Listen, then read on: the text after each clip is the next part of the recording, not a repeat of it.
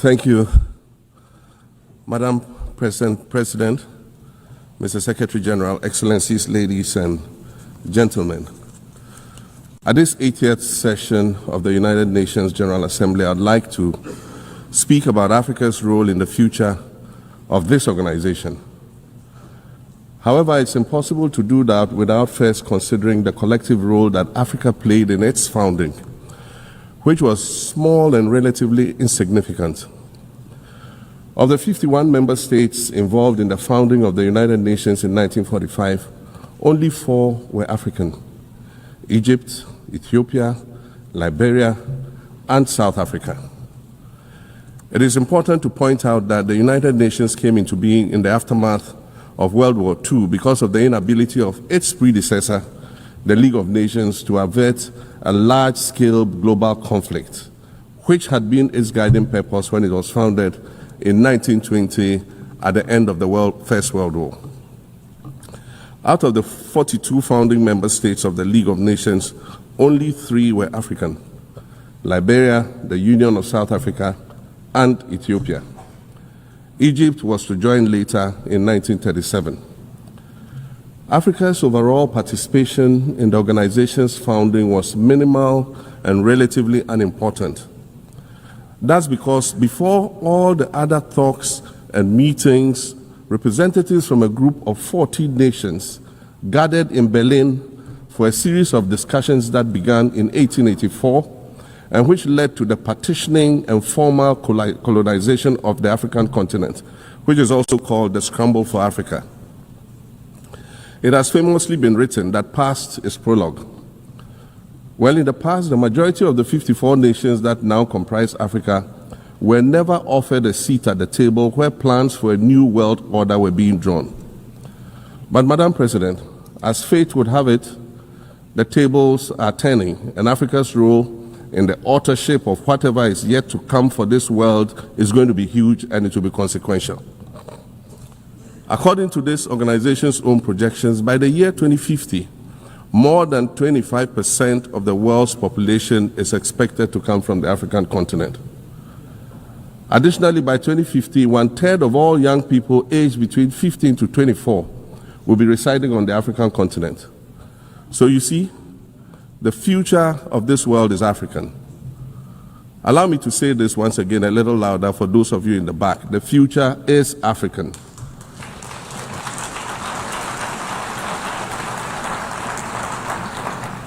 Already today, Africa is a catalyst for human potential and development, as well as for economic reform and ecological stability.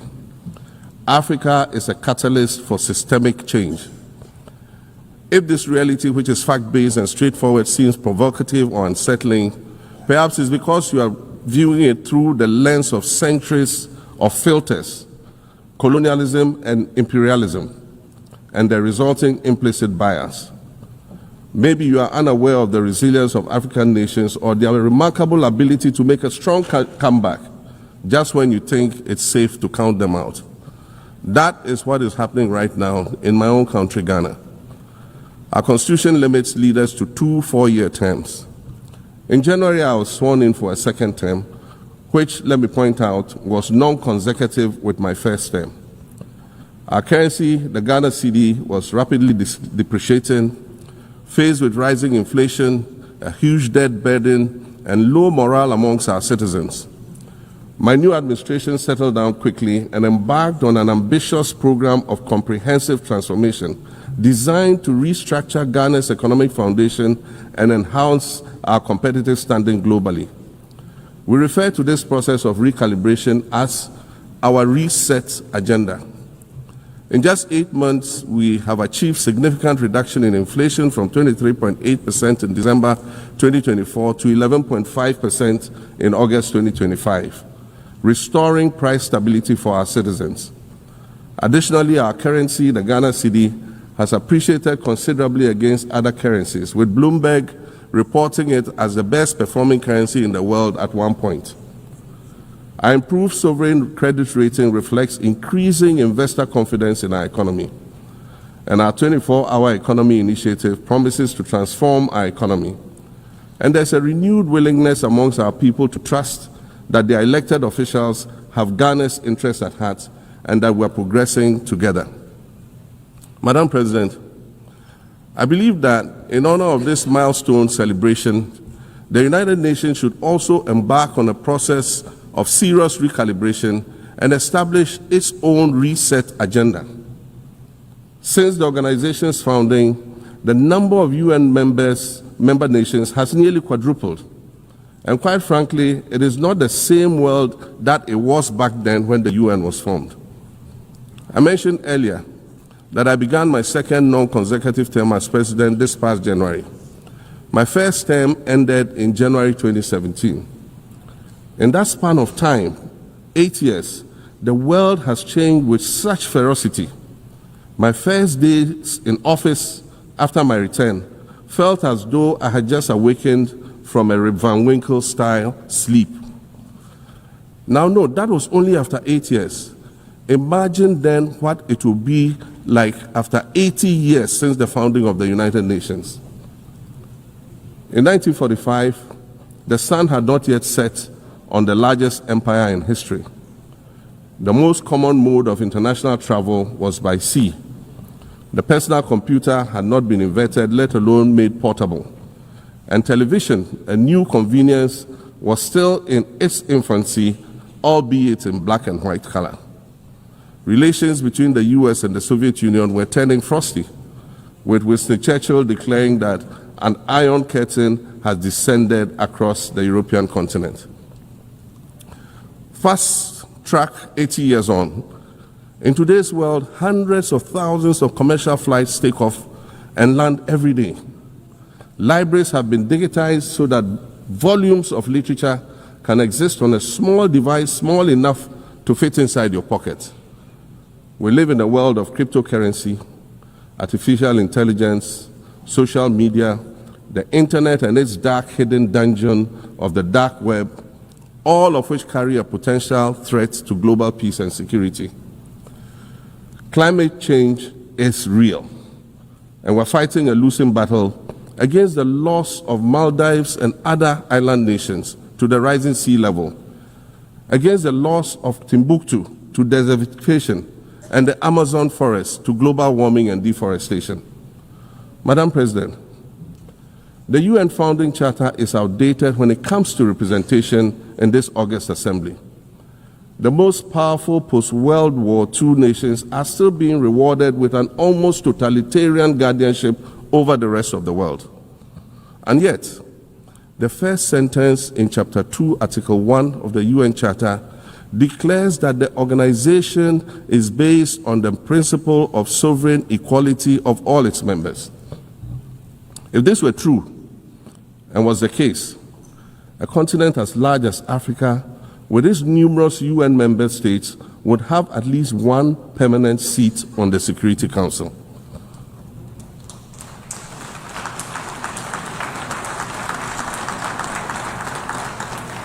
Furthermore, we believe that veto power should not be restricted to only 5 nations, nor should it be absolute. There must be a mechanism in this House for the General Assembly to challenge a veto. No single nation should be able to exercise an absolute veto to serve its own interests in a dispute.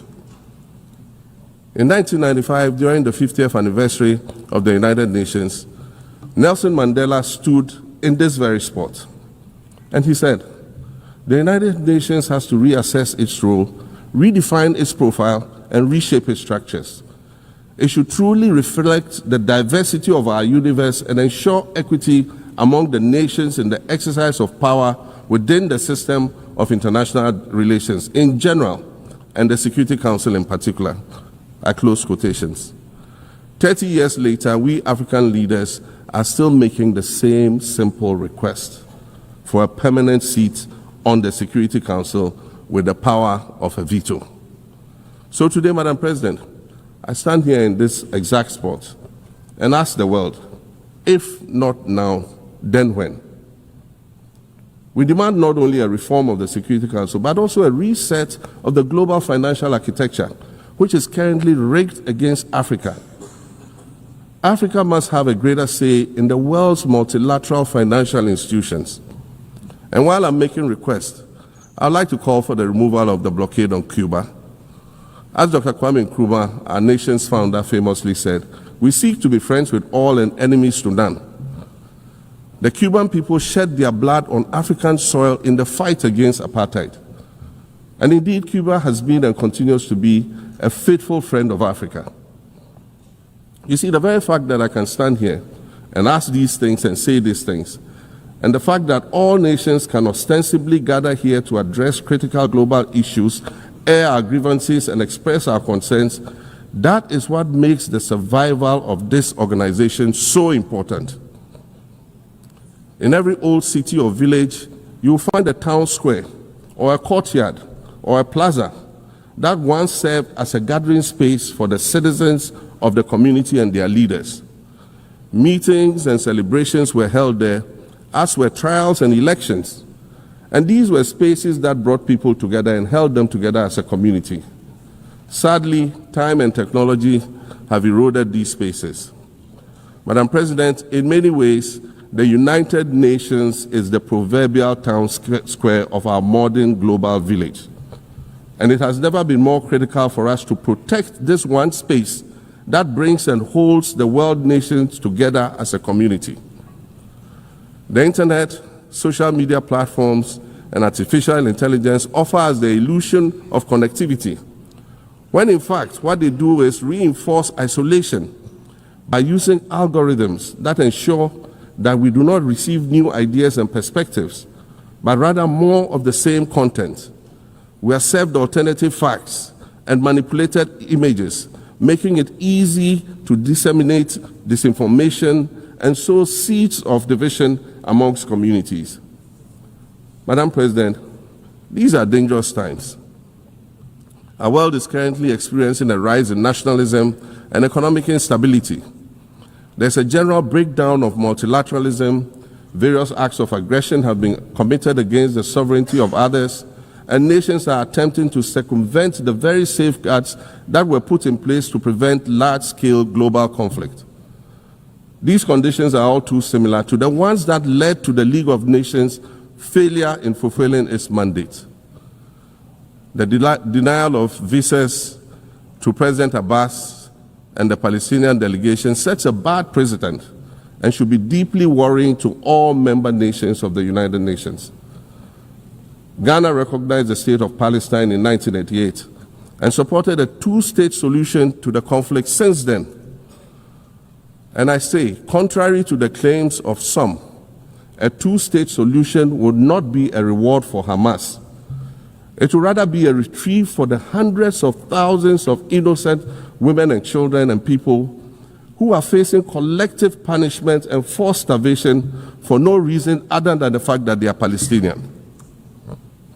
For nearly 2 years and for the fear of reprisals, we here in this General Assembly have been playing hide and seek with language to find the right words to help us avoid or excuse what we all know is taking place in Gaza. But here's the thing, it doesn't matter what you call it.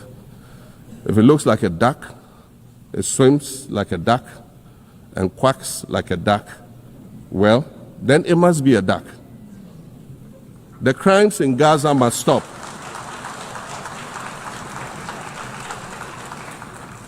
The crimes in Gaza must stop. Madam President, I also want to draw particular attention to the conflict in Sudan, which this body has described as the world's largest humanitarian crisis. 12 million people have had to flee their homes.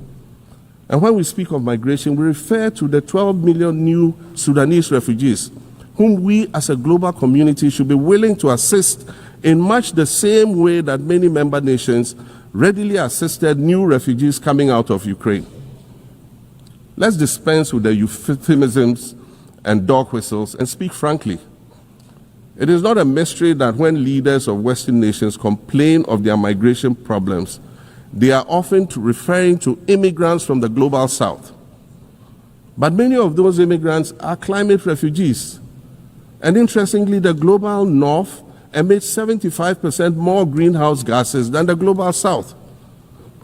However, the effects of climate change are more severe in the global south because we lack the resources to address them effectively. And so when the desert encroaches on our villages and towns and they become unlivable, we are forced to flee. Warsan Shire, a Somali-born prophet, a Somali-British poet born in Kenya to Somalian refugee parents, was London's first youth poet laureate. She writes in her poem titled Home. And it says, you have to understand that no one puts their children in a boat unless the water is safer than the land. No one bends their palms under trains beneath carriages. No one spends days and nights in the stomach of a truck feeding on newspaper unless the miles traveled mean something more than just a journey. Madam President, we cannot normalize cruelty. We cannot normalize hatred. We cannot normalize xenophobia and racism. If we're going to tell a story, let's not tell its slant. Let's tell all the truth. When we speak of migrants, we speak of UNGA80 Mensah Frimpong, a judge on the U.S. District Court for the Central District of California. She's the first black female judge on any of California's 4 federal district courts. She was born here in America to immigrant parents from Ghana. We speak of Peter Bosman, a medical doctor in Ghana who moved to the town of Piran in Slovenia in the 1980s and later became the first black mayor of Piran, the first black mayor in Slovenia and in the whole of Eastern Europe. We speak of T. Michael, the iconic Ghanaian Norwegian artist and designer. And of course, we speak of the late Kofi Annan, former United Nations Secretary General.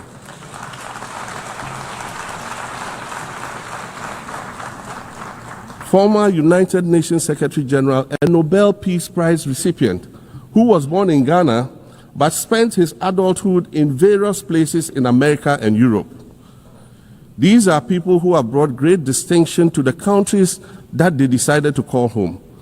Just as the migrants and the children of migrants before them did, I dare say these are not invaders. These are not criminals. Madam President, the slave trade must be recognized as the greatest crime against humanity. As the African champion on reparations, Ghana intends to introduce a motion in this August body to that effect. More than 12.5 million Africans were forcibly taken against their will and transported to create wealth for the powerful Western nations. We must demand reparations for the enslavement of our people and the colonization of our land that resulted in the theft of our natural resources, as well as the looting of artifacts and other items of cultural heritage that have yet to be returned in total. We recognize the value of our land and the value of our lives, as did our colonizers, as well as the governments that happily paid reparations to former slave owners as compensation for the loss of their property in quotes. And that property for which they received compensation was paid referred to enslaved people who had been freed. Madam President, an increasingly insecure world is witnessing upward spending on defense budgets of bilateral partners and steep cuts in official development assistance. Since July 2024, it is estimated that there's been a 40% drop in humanitarian aid globally. In this era of global uncertainty, Africa must exercise sovereignty over its natural resources to raise the necessary funds to ensure the well-being of its citizens. The days of parceling out vast concession areas to foreign interests for exploitation must come to an end. We'll continue to welcome foreign investment, but we must negotiate better for a bigger share of the natural resources that belong to us. And we must insist on value addition to these resources. We're tired of the continued image of poverty-stricken, disease-ridden rural communities living at the periphery of huge foreign-controlled natural resource concession areas. We're tired of having people extract the most they can from us and in return offer us the very least by way of respect, consideration, and dignity. We're tired of not being represented in ways that reveal the richness and complexity of our history or acknowledge all that we have overcome to arrive here in this liminal space of untold possibilities. Allow me to echo the Indian-American writer Arundhati Roy, who wrote, "Another world is not only possible, she is on her way. On a quiet day, I can hear her briefing."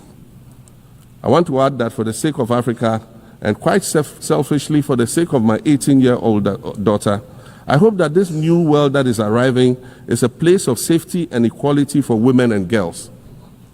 To succeed, we must empower everyone, including women and girls, to reach their full potential.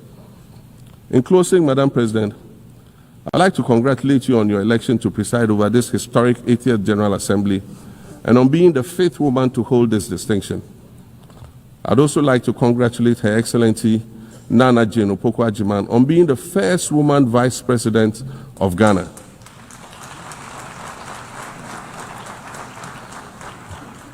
Now every Ghanaian girl knows the heights to which she can ascend. Words matter, but issues of representation matter even more, which is why Ghana looks forward to the appointment of a woman as Secretary General of this organization in the near future. Madam President, Your Excellencies, I thank you for your kind attention.